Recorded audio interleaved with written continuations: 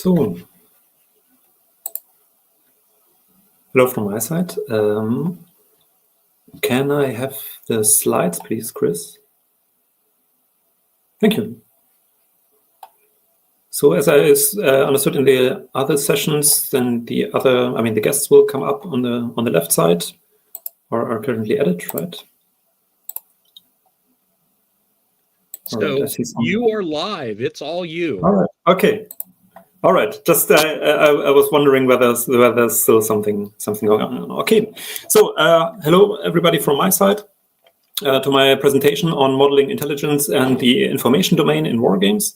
My name is Soenke Schenk, and let's start. First, as an introduction about myself, I'm a former officer with German Armed Forces. I deployed to Afghanistan 2 times, and later I was a tactics and logistics instructor in the German Armed Forces.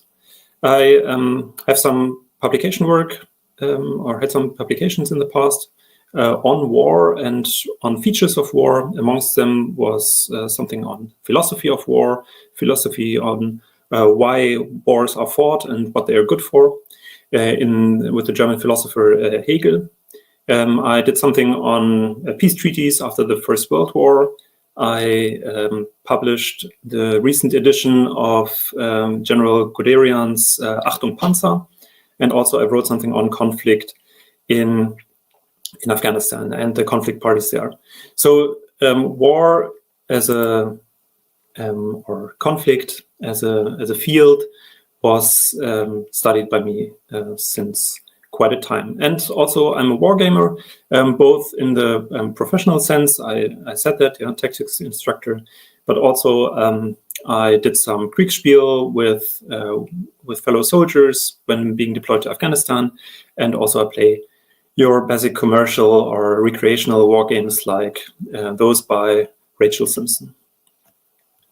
So what will I talk about today? The general outline is that I want to discuss the value and also the costs of integrating intelligence into war games, and then I want to case study applying these findings to a war game on current events. The limits of this discussion will be that I discuss war games only as board games on conflict that aim for professional and civilian mass consumption and have educational value. So, institutional war games that have like computer-assisted exercises that have a whole staff of umpires behind them. Your metrics games and so on, they aren't included here. Okay, so before we talk about information and intelligence in war games and how to model them there, first I want to get to tell you why we should worry about the whole issue of having intelligence and information in war games. So at whatever source we look, we have hints to this being quite important. Just to name a few of them, in the theory of war, we are told that uncertainty, or the fog of war, is a key feature of military conflicts and of conflicts in general. So you can look at your von Clausewitz in book 1, chapter 6, or just the whole of Sun Tzu. You find that fog of war and uncertainty are a key feature. There is no conflict without uncertainty. And to diminish or to decrease this uncertainty, we apply military applies certain means, which are summed up as command and control and intelligence, or C2I, and this is just necessary to reduce it, and it's a constant process that we have to apply all the time. From the doctrinal side, we see that messaging and not destruction is the overall aim of NATO operations. So if you look it up in AGP 01 Fox, Allied Joint Doctrine, you find that since 2022, the aim of military operations that NATO would launch is to message to an audience, to for example, a state actor, that that current hostilities against, for example, a NATO member state should be ceased. Yeah? And this messaging is done not only, but also by by the application of force, but also by, for example, strategic communication. Then from the practical side, if we look at the practitioners, then we have to see that resources are limited, and intelligence leads to the dedication or to better dedication of these resources. So if you want to apply the forces that are available to you, you need to know where to apply them. And with intelligence, and especially with good intelligence, you have a better understanding where you could exploit a situation. And then on the other hand, disinformation aims at worsening this whole thing. So disinformation aims to provide wrong intelligence, wrong information, so that the resources that could be used better elsewhere are used on the wrong spot. Then in general, when it comes to education or the preparation of military leaders, then we just have to find, based on the theory, doctrine, and so on, that military leaders should be able to handle the ambiguity, handle the fog of war, handle uncertainty, and handle these findings of never knowing enough. And to provide this intelligence and the clarification of informations are just necessary. Then we have a political argument why we should worry about intelligence. That is that currently there is ongoing tensions in Europe and Asia. There is talks of a probable military confrontation between the United States and China. There's talks about military confrontation between NATO and Russia, and this conflict at the moment seems all dominating in the media. It seems inevitable that this conflict will get into will turn into physical violence somewhere in the future. And obviously, one has to know whether that will be the case. And if the case comes true, then we should know best how to apply our forces and so on. And then finally, there's an argument from the medium of Wargames itself. That is that Wargames should capture realistically how military conflicts are fought, how conflicts in general are fought, and the better they capture this, the better they can represent the challenges that are facing leaders in the very situations that are represented. All right. So before we further talk about intelligence, I want to get to some working definition. Of course, this is all very limited, and one could talk hours and months about intelligence and what defines it, and you will surely find some better definitions or some better discussions out there. But I just want to start with basic NATO definitions. So intelligence, by that definition, is the product resulting from the directed collection and processing of information regarding the environment and the capabilities and intentions of actors in order to identify threats and offer opportunities for exploitation by decision makers.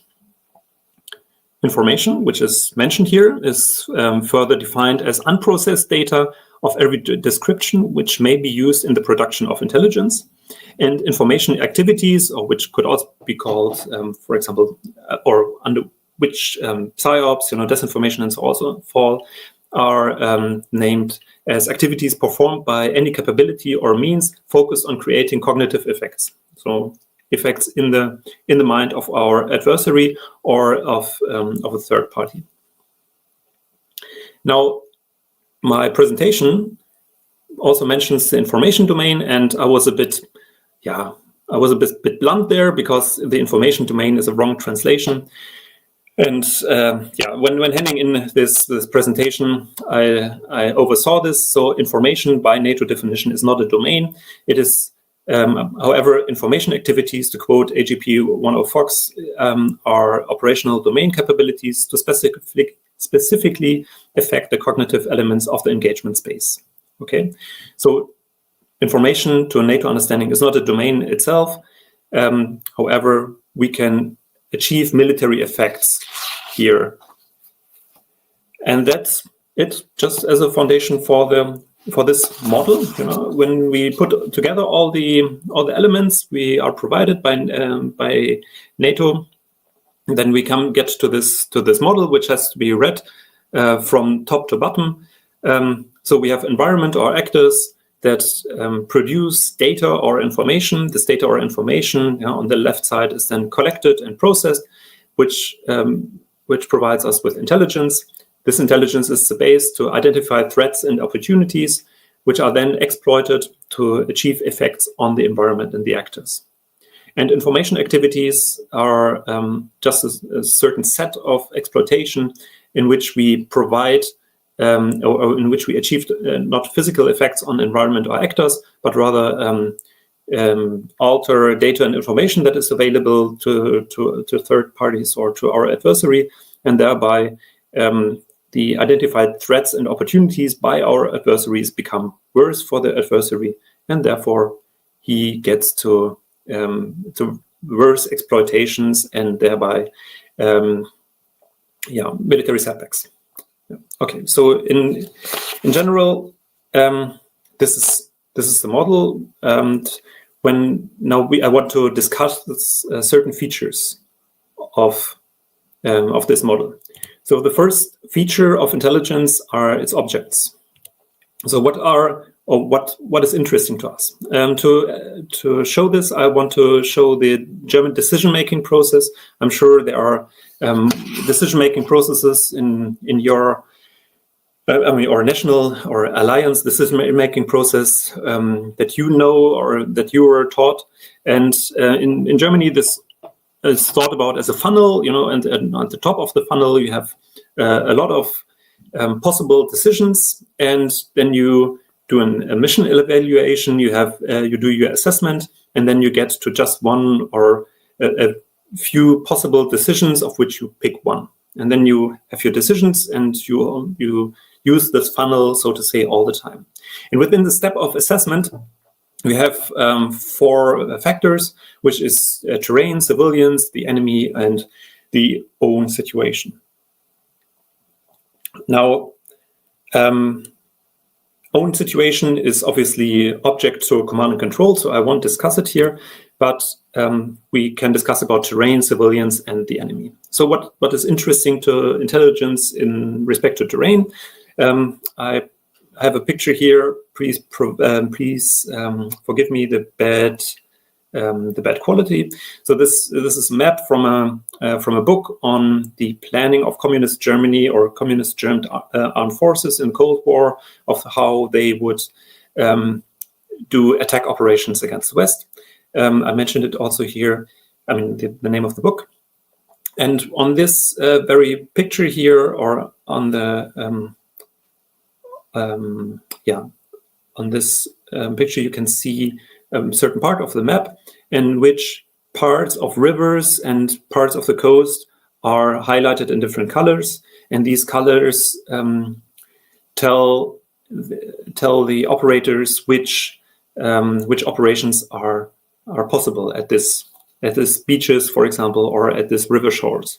So just on the right side, below the city of Meppen, you will find a part of the river Ems that is passable by armed forces, that makes the river passing possible, and therefore Eastern German forces would have planned a river crossing in this section.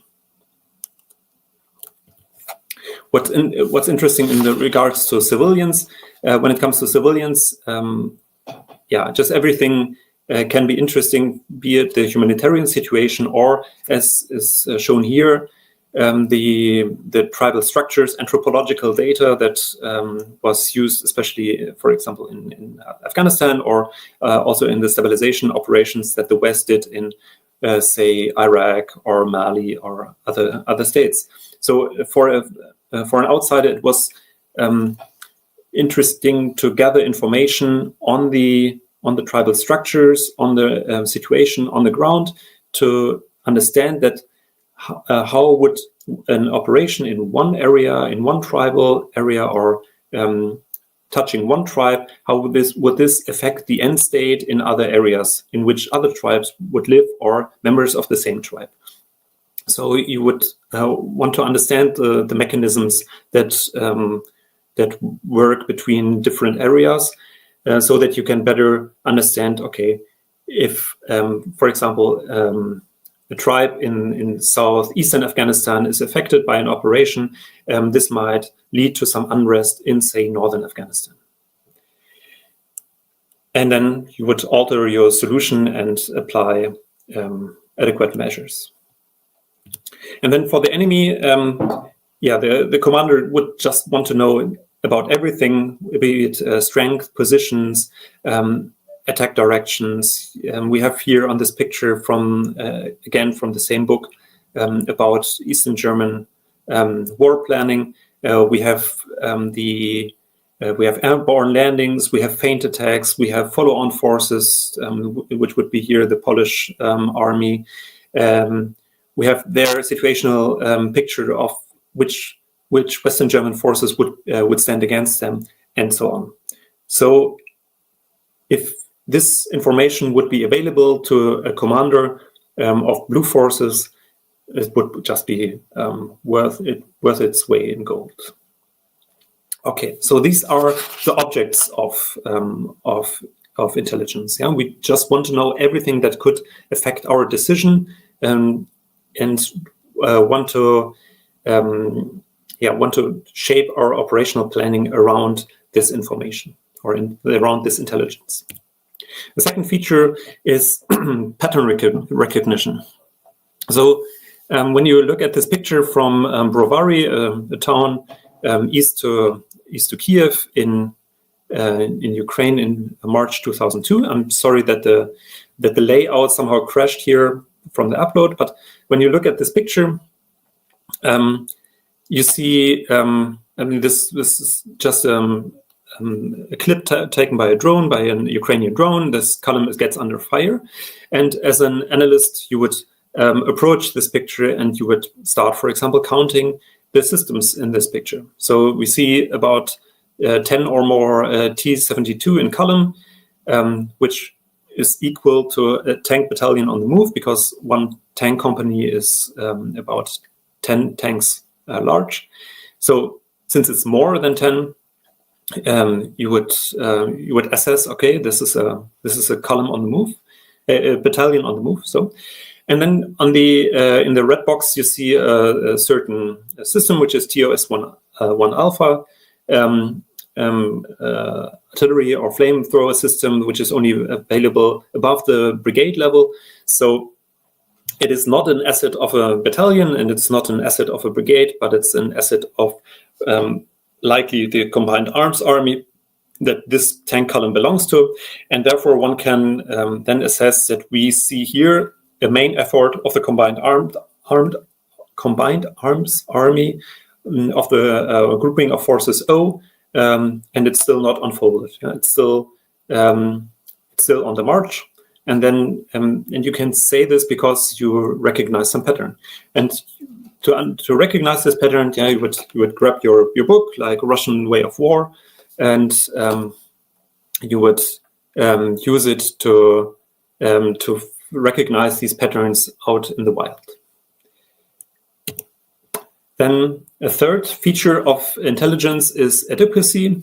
And what I mean by this is that not everything is relevant and not everything is irrelevant to a military formation or to a commander or an intelligence officer.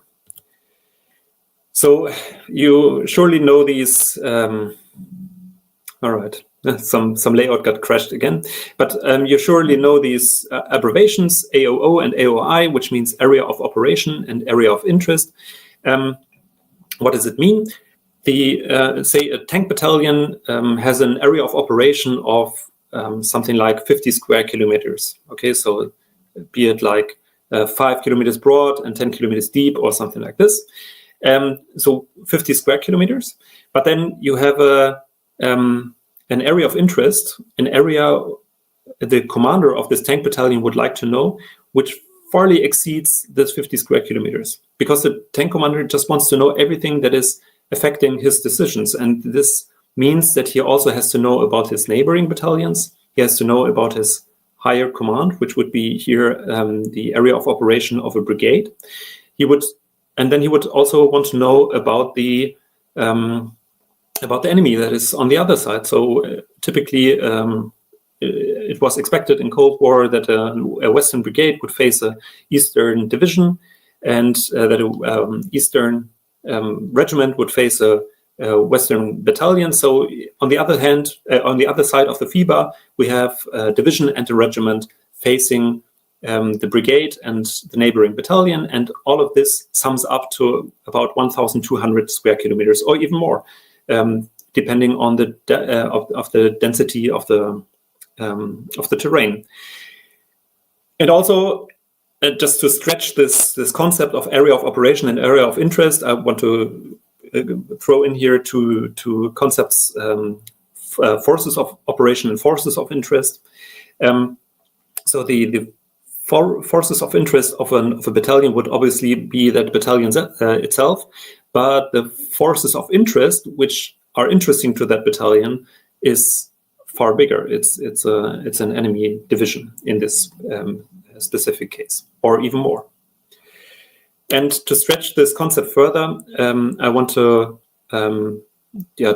also provide something like time of operation and time of interest. So the battalion would operate for, say, 36 hours before it's so depleted that it should be rotated out of combat in a high intensity situation. But the time of interest, the time frame that is interesting to the decisions of that battalions, is far exceeding those 36 hours. It's much larger. It's rather something like 96 hours, so 4 days or even more. And that is exceeding the time that is provided to this battalion by 4 or even more times. Okay, so to sum this all up is that the forces and the time of interest exceed the area, the time, and the forces of interest by far. Then, and that also means that granularity and abstraction are key to go easy on limited analytical capacities. What do I mean by this? The brigade that is commanding this tank battalion we talked about, this brigade is not interested in every small stuff that is going on in the battalion, and is not interested in every combat that is taking place there. It needs abstracted data, and it, on the other hand, it's also not interested in everything that the corps that is commanding the brigade's division, so 2 levels above, it's not interested in every data that the corps is providing. Okay, so granularity, you have to be as granular as necessary, but as abstract as possible, just to not exceed the resources that you have to analyze the situation. And that also, all of this means that the means that are available to each level are differing. So if you have a long-range patrol that is deployed for whatever, 4 days or 6 days or something like this, you have such an asset, then obviously it doesn't make sense to give this asset to a battalion, because the battalion is only at the FIBA for 36 hours. And so even before the long-range patrol reaches its target, they are already rotating out of action. Okay, so this is what I want to put under the headline of adequacy. And now, if we put these features in our model, we see that feature 1 is somehow, our objects of intelligence are now at the top corner, and then the feature 2, the patterns we have to recognize. The patterns we have to recognize are getting into the info and data level, and then finally the adequacy is there at the third step. Okay. the bottom line of all this, or why discussing intelligence as a whole, is to integrate it in a simulation, right? To integrate it into a war game. And that means that the war game has to allow for a lot of things. It can't be as simple as a mere combat simulation, or a mere simulation of violence, but it has to allow for certain things, which are uncertainty and ambiguity. So a lot of things are just, a lot of information are just not available.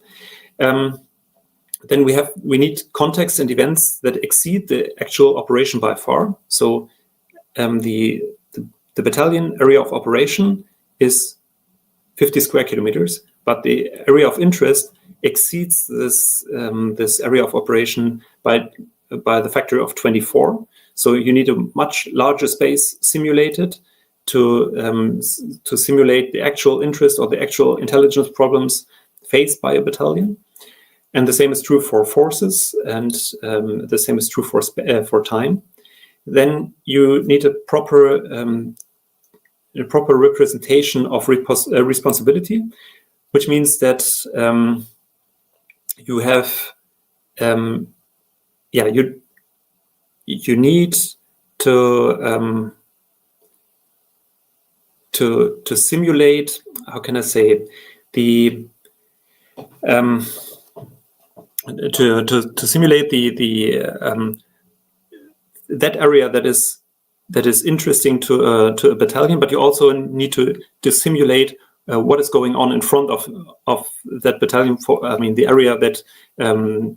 The area of intelligence responsibility. So that means that the battalion would do its recce or its drones, its ISTAR a few kilometers ahead, but there might be things happening there that are important to, say, the brigade level, or say the corps level. And then finally you need patterns to recognize. So you can't provide, of course, a simulation isn't, I'm already looking in the direction of fun, but a simulation isn't fun if you just simulate exploitation of information, but still you would want some patterns like that of a TOS-1 Alpha being attached to a Russian tank battalion, just so that you can recognize what is going on there. And then you would have the basic mechanism of intelligence. Okay. Then I want to switch over to the medium of board game. And what we aim for when representing intelligence is blindness. Okay, so I don't want to discuss this in depth. I tried when preparing the slides, but in general, the shades of blindness are just your epistemology 101. Yeah, you want to provide features like players don't know what the other's forces. Players don't know what they know about what the other knows about their forces. Players don't know their own forces. Players don't know what they don't know. Players don't know what they know, and so on. Okay, so this is epistemology. It's interesting, and the more features you can provide here, I would argue the better. On the other hand, we get to some problems, and those problems are summed up by Soren Johnson in a talk at Game Developers Conference in 2014. Just to quote him loosely here, is that the defining feature of board games is transparency. Okay, so everything is so transparent that makes it just so much of a social medium. Okay, because you can you don't imagine things that haven't happened just so that you can win, but everything is transparent and you can see it, and it's not hidden in a machine, and it's not hidden in your own imagination. Okay, this is what defines board games. But then, of course, we get into problems based on this, because games should be rather fun, but accounting information or accounting for information isn't fun. truly isn't fun. Then games have limits, especially board games have limits. So they have a limit in the number of pieces that they can provide. I mean, the number of tokens they can provide. And also the sheer size of a greater context they can simulate. So if we discussed about a battalion game before, and now for a battalion board game, suddenly you would have to simulate a combat between a brigade and a division. And this makes it all more complex. And then obviously there would be some factors on even higher command that would play into this. And then suddenly it gets all too big to be simulated by a board game. And then finally, umpires are limited. And I would say thank God, because I would argue that the work of an umpire is actually work. And every umpire that is umpiring a game is a person that isn't playing the game. And so this, to me, it doesn't sound fun, and just isn't fun. It's work. And then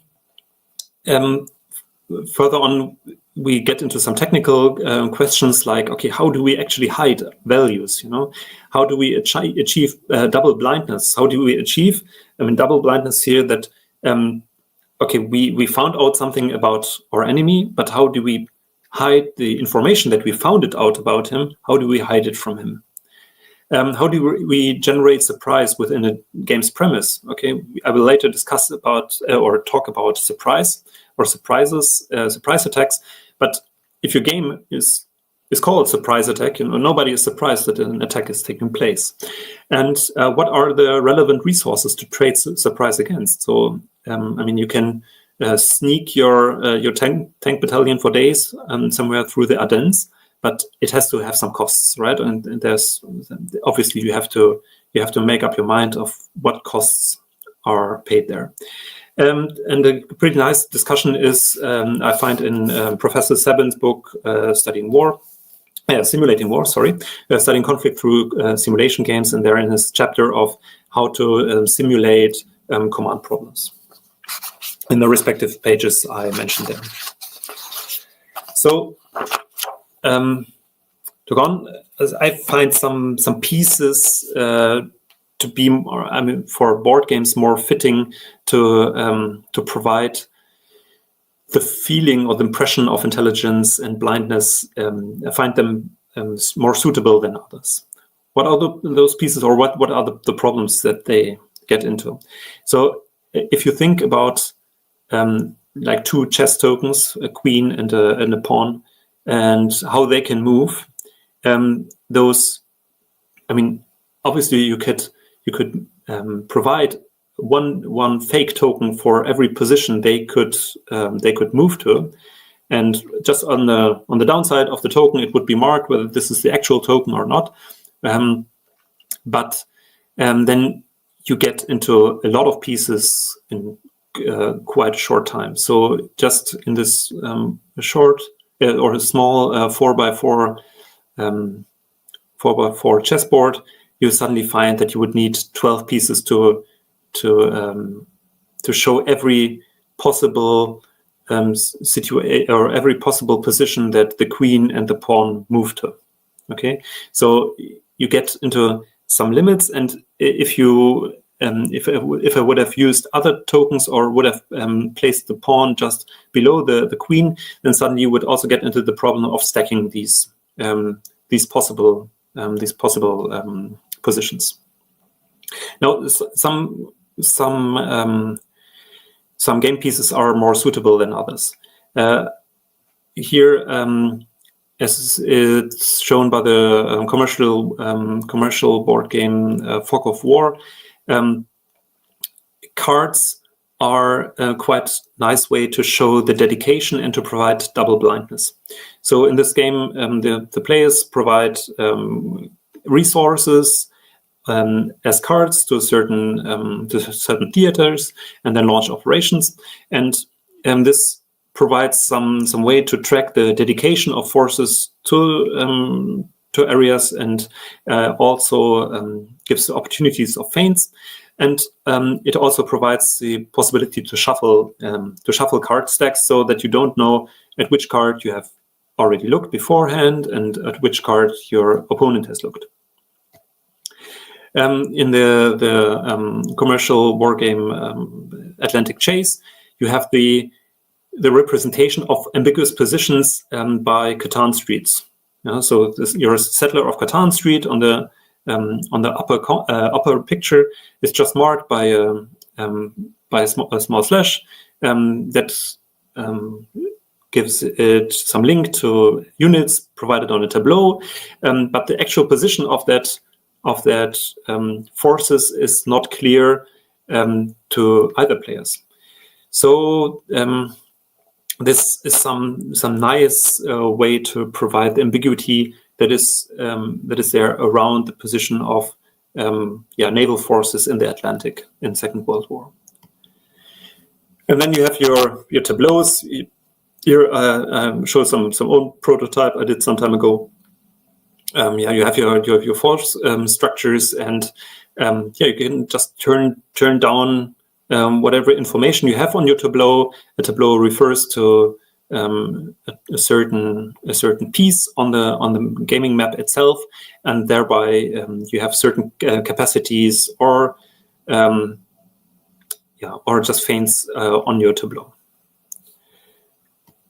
So the bottom line of reflecting board games as a medium is that tabletop games make intelligence highly complex because their key feature is transparency. Okay, so just because they are so transparent, it's quite painful to hide information. They have physical limits that don't apply to computer games, and certain pieces just give a better feeling of blindness. And I want to apply this to a case. And that case you can find in the media, how Russia attacks in 2044, or in whichever year we imagine they might attack the West. And why is this relevant? It just as an exemplary, the German Minister of Defense, Pistorius, warned of a Russian attack around 2029 or from there on. There is a massive build-up planned in Germany, a military build-up in Germany and the whole of Europe. And this is this is taken very serious by the Russians themselves. There has been some recent interview with a Russian ambassador to Germany, so everybody takes this serious.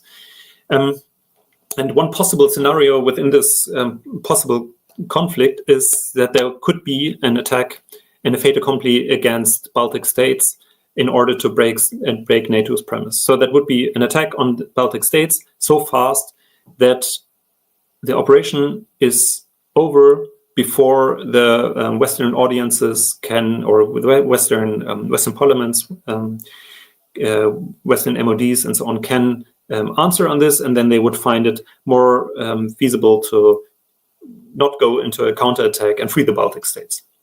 And therefore, because it's all of this is about a surprise attack, the build-up to such an attack is a weak spot, and because it wouldn't or it could be oversaw by the Western public, and therefore adversary Russian Stratcom is exploiting this and would try to break up this discourse about a possible aggression by Russia against the Baltic states. And therefore, just to answer to this weak spot, mass awareness in the Western democracies and also in our armed forces is key, so that everybody knows, okay, how would a surprise look like? Yeah, how would the days prior to a surprise look like? And I find that war games, that have some professional base but are available to the masses, mass war games are an entertaining medium to discuss this. To find out, okay. Funny, you beat me for the third time, but actually this could be how reality looks like if you look it up in the media. So how does surprise, or what does surprise mean? Just as a generic design, H hour is the hour in which the attack begins, and before that moment, you have some long-term preparations, you have some mid-term preparations, and some short-term preparations. And once you gather some intelligence on them, you have an increasing imminence, increasing dedication of of adversary forces, of adversary resources, increasing intelligence that there is actually an attack coming, and so everything should work just fine, right? Intelligence is increasing. Everybody is warned. We can alarm our forces in time and meet an aggression just as it should be. However, if we look at historic surprises, that's not the case. So I want to discuss a few of them here. In 1941, there was, before the German attack on the Soviet Union, there was obviously a huge buildup quite close to the Soviet borders in what is today Poland, and I think it should all be Poland, not Ukraine. So, anyways, there was this huge buildup, and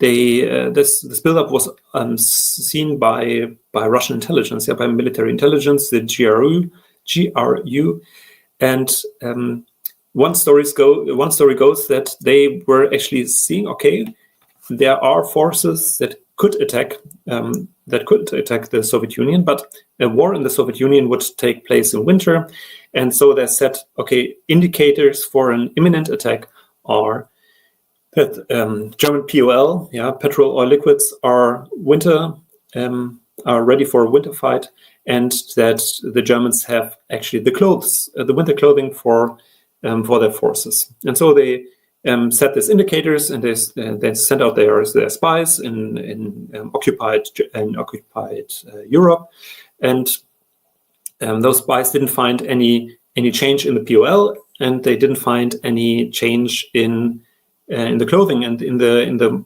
sheep market, which would provide the skins for the clothes, for the winter clothing.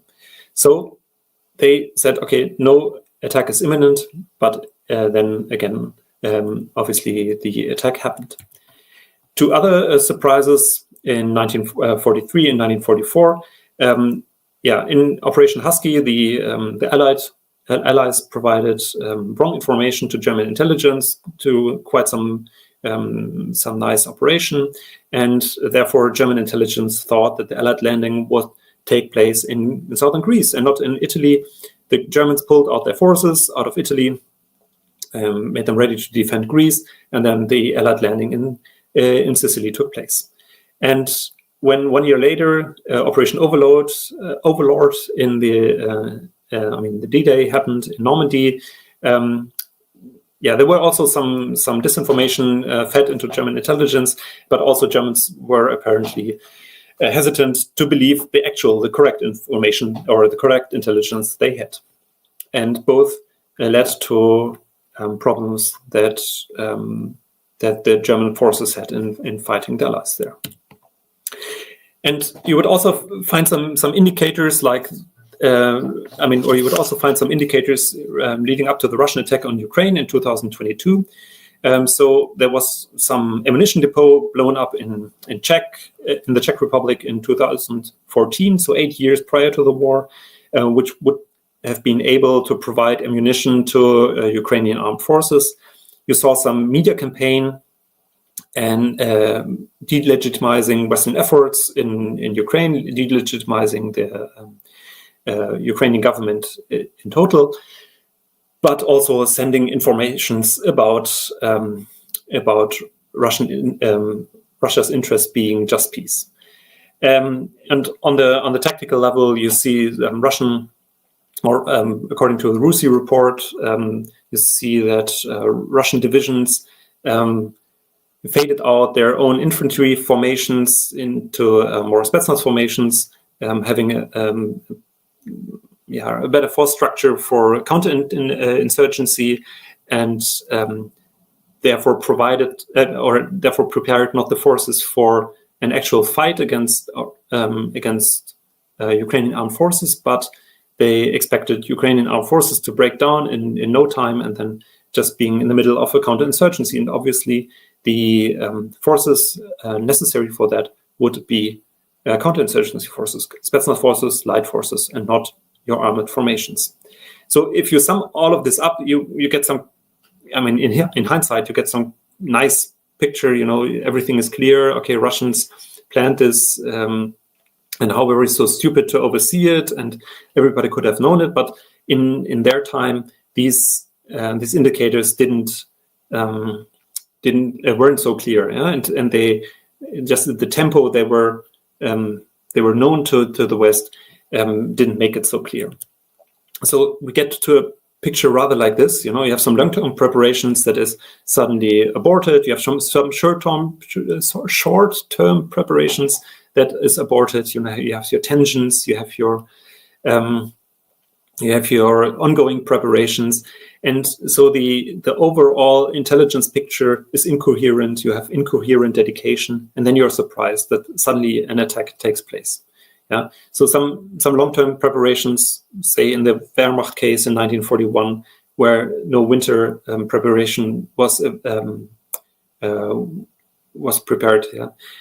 Things like this seem just too incoherent for your GRU analysts, and for the Wehrmacht, they didn't believe whatever they had on information on the Allied landing in the Mediterranean. Okay, so this is just a general model of surprise, and then I get to a concept or some project of mine just to end this whole thing. So in general, a concept of a game on the strategic surprise in Eastern Europe, on surprise attack of Russia, would be like this. You need the option of non-confrontation, so that it is it's a valid option to just go in peace, to end this whole game in peace, and that would provide for strategic surprise. And then you'd also need different operational directions. So you shouldn't be focused on the Baltics, but it would be whatever, like Finland or Turkey, just so that you have operational surprise.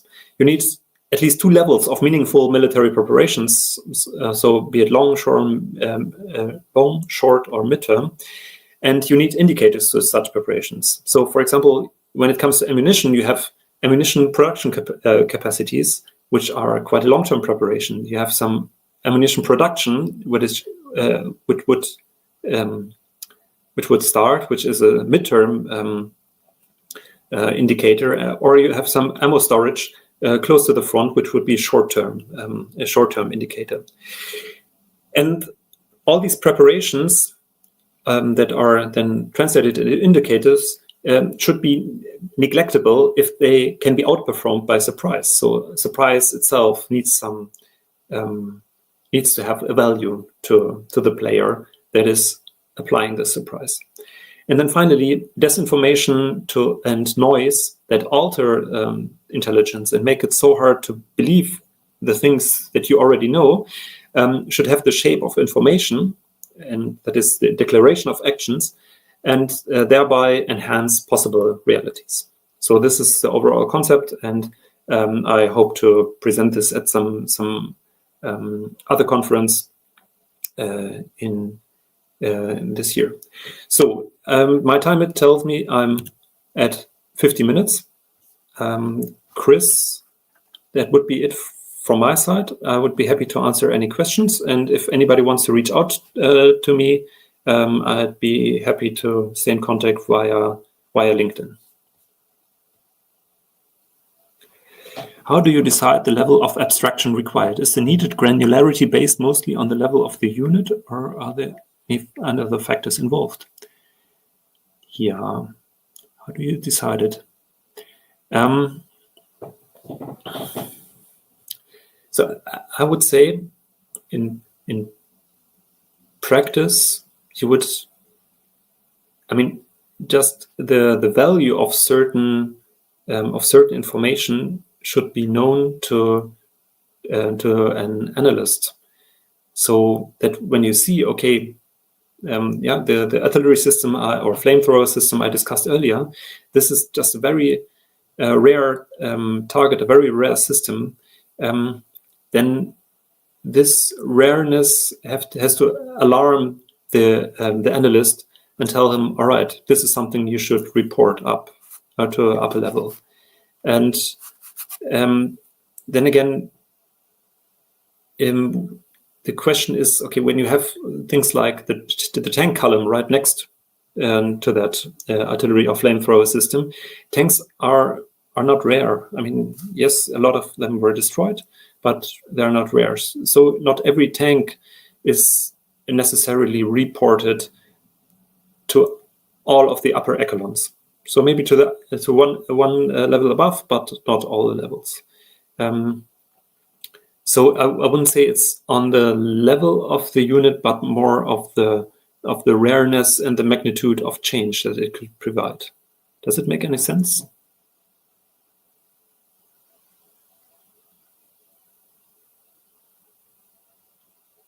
Okay. Yeah, Jan, thank you. I also saw we should talk about Kriegspiel. I see. And yes, I can guess umpiring is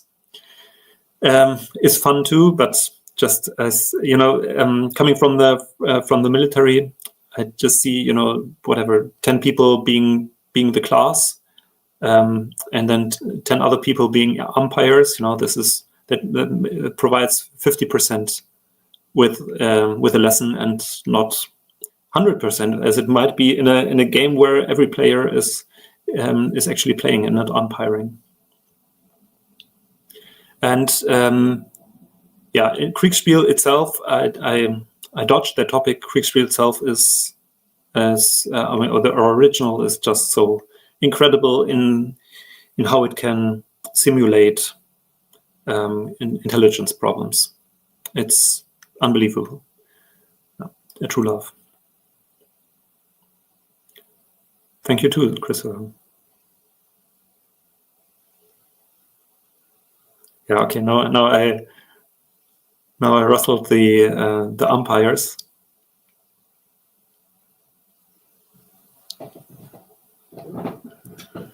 Yes.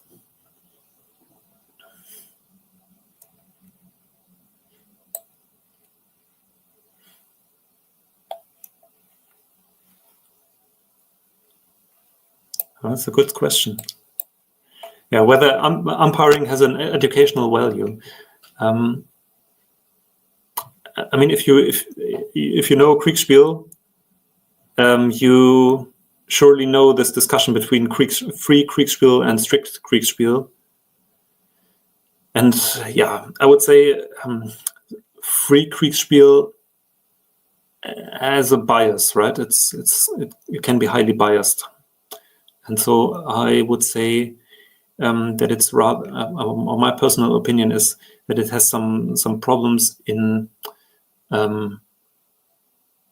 fostering a position or fostering a bias that the umpire has.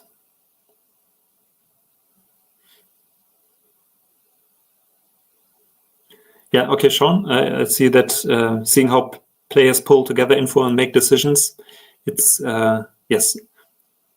That, on the other hand, is indeed educational. Sure. Okay.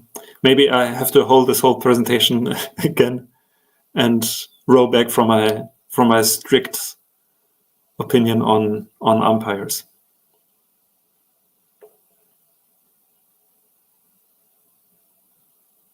So yeah, to my understanding, 55 minutes, that should be it. So okay, last thank you, and I would be happy to play Kriegspiel with you too, Jan, in near future.